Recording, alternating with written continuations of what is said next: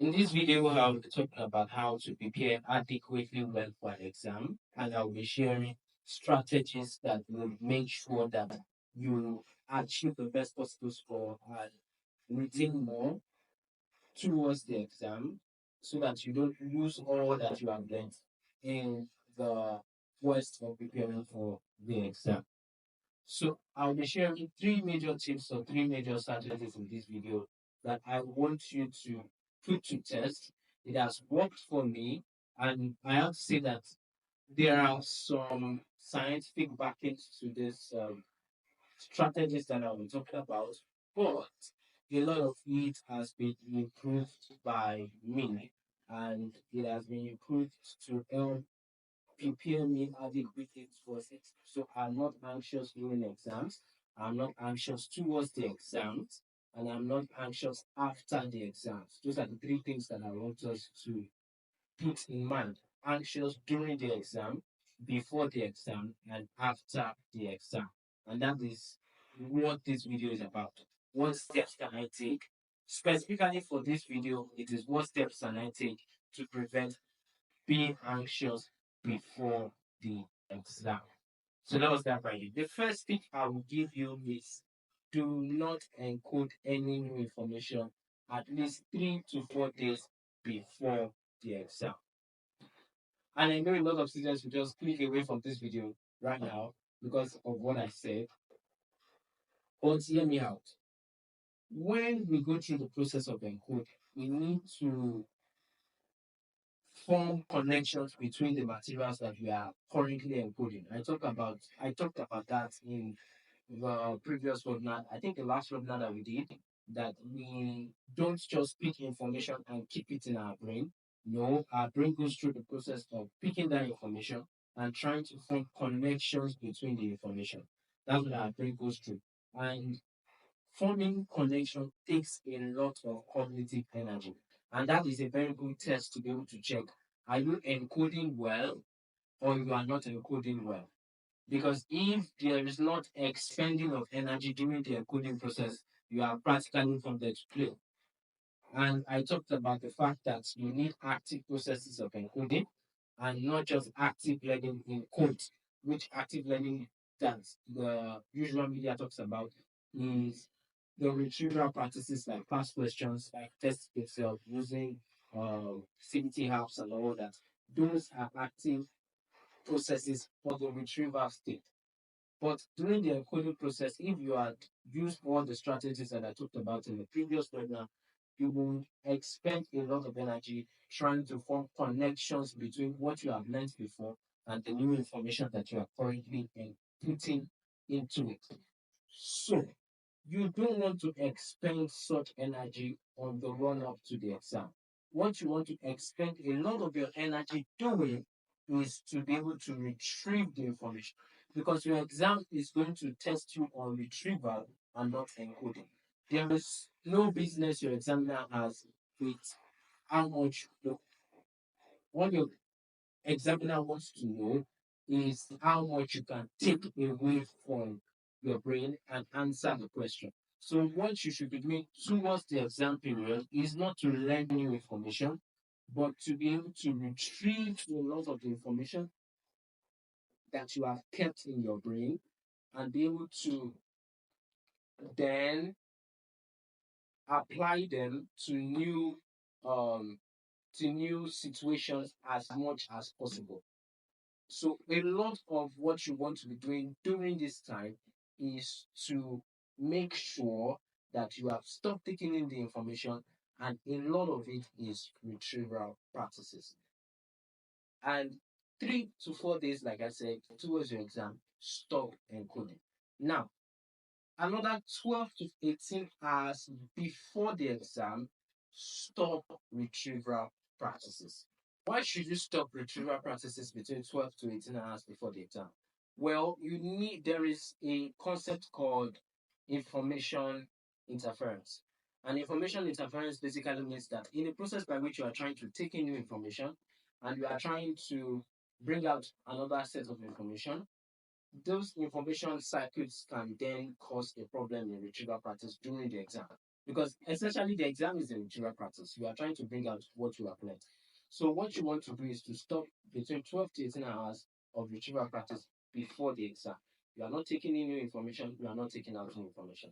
You are giving your brain the space it needs to consolidate all that it has learned and all that you have retrieved into a more stronger circuitry that you will then use during the exam. I talked about it in the last webinar that information is not what we are used to. The way our brain stores information is not what we are used to. It's not the drawer like illustration that SpongeBob gave us. But a lot of what we call information is synapses. And the stronger the connections between those synapses, the stronger the connection between the neurons that then forms the synapse, the more thicker the bands of synapse, the more we remember the information. So we want our brain to have enough space and time to strengthen and thicken the synapse connection so that by the time we are coming to our exams, we will be able to remember more and be able to apply more. Because one thing is to be able to remember, another thing is to be able to apply more. The third strategy I'll be giving you is this. 7 days before your exam, remember I said 3 days, 3 to 4 days, you are not taking out information. 12 to 18 hours, you are not retrieving, you are not taking in information. 7 days before your exam, every day take a practice test. If you had watched my past questions video, I talked about the difference between a practice question and a practice test. A practice question is like you went through a chapter in your textbook and you saw questions at the end of the chapter.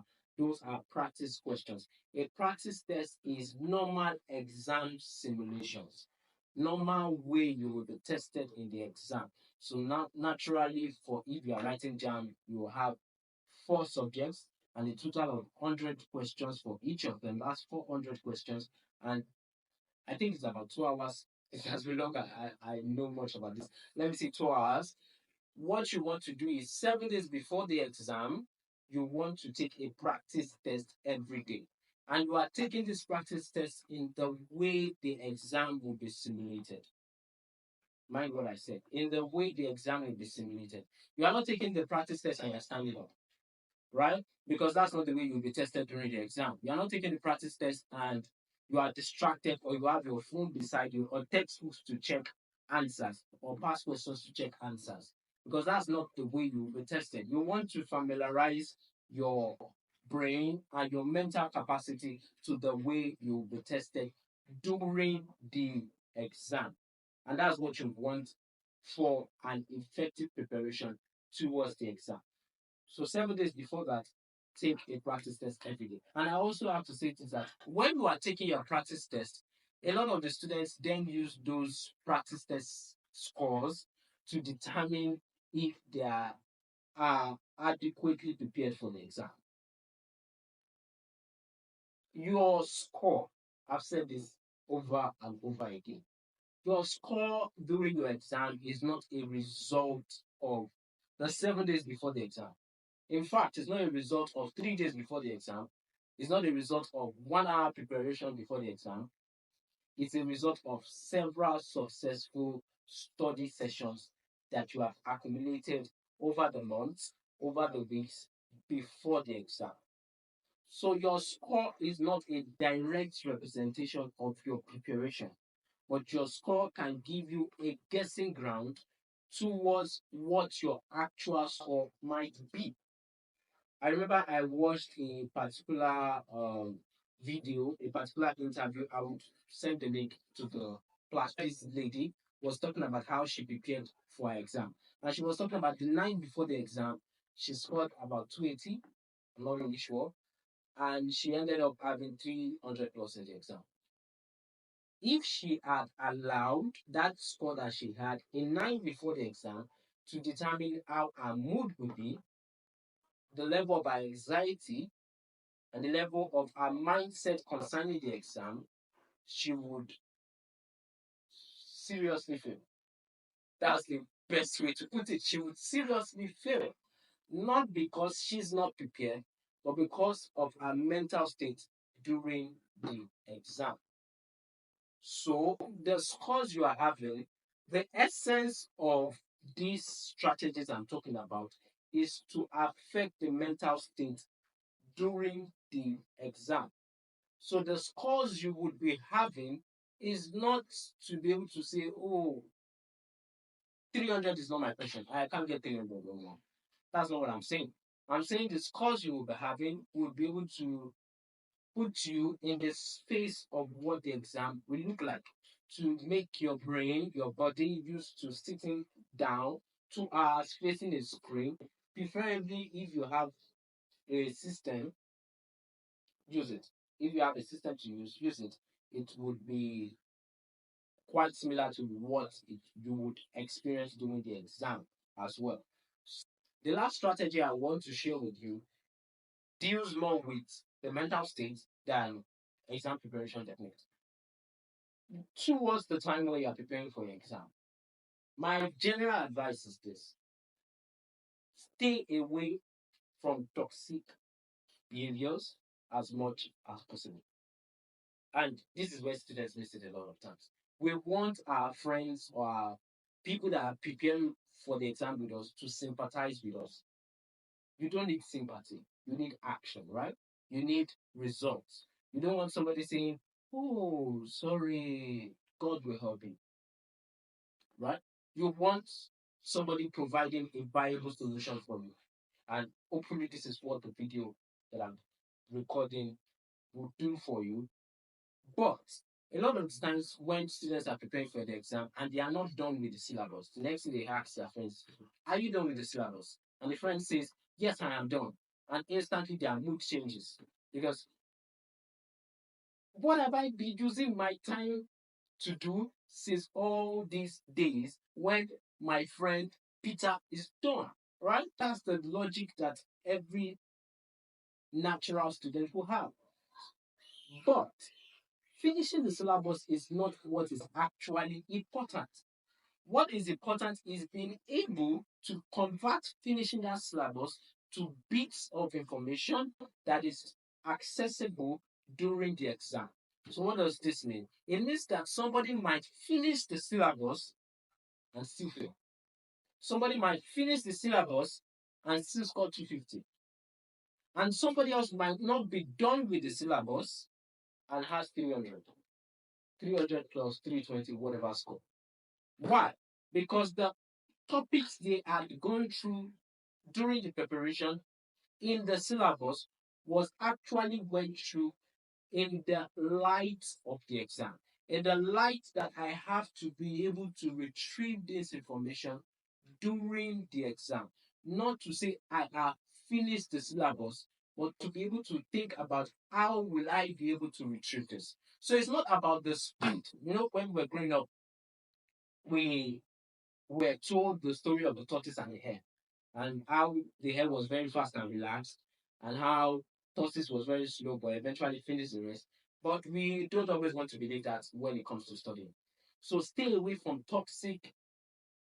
I don't want to say toxic people because it's not an intentional act, but anything that would cause anxiety, that would cause you to start comparing, stay away from that. A very good way I do this is any form of questions that you are asking that is not related to a question, I would answer you. So if you are asking, bro, how far have you gone in preparing for the exam? I won't give you a viable response that will cause you to respond. I'll just say God is helping. God is truly helping, yeah. God is helping. Because I don't want you to put me in that state of comparison and I don't want you to put me in that state of anxiety. Because like I've said so many times, exam preparation is beyond just knowing.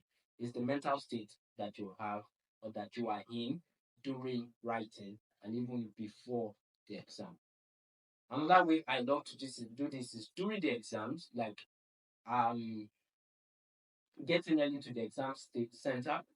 I love to get early to the exam center. There will be another video of what you should do a day before the exam.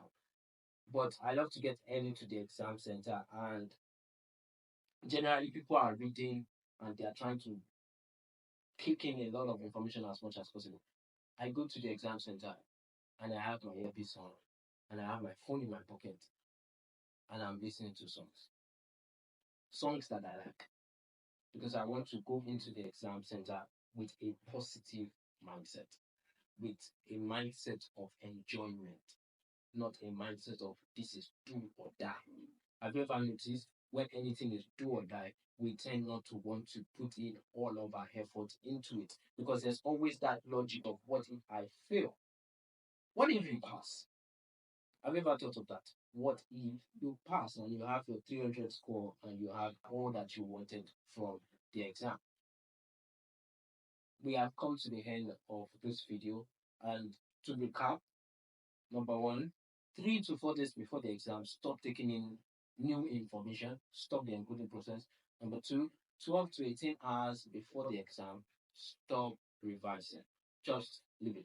All that you want for your score is a combination of several things that has happened before even this couple of hours or couple of days before the exam. Number three, stay away from toxic situations as much as possible and stop comparing.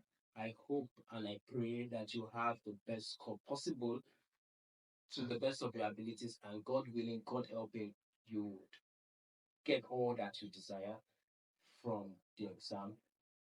And if this video has helped you in one way or the other, I have to say this: do not share the video to them. Tell your friends to join the community. That's the only way you can repay me for providing you this free and valuable content as much as possible. I will see you in the next video where I'll be talking about what you should do a day before the exam, and another video about what you should do after the exam.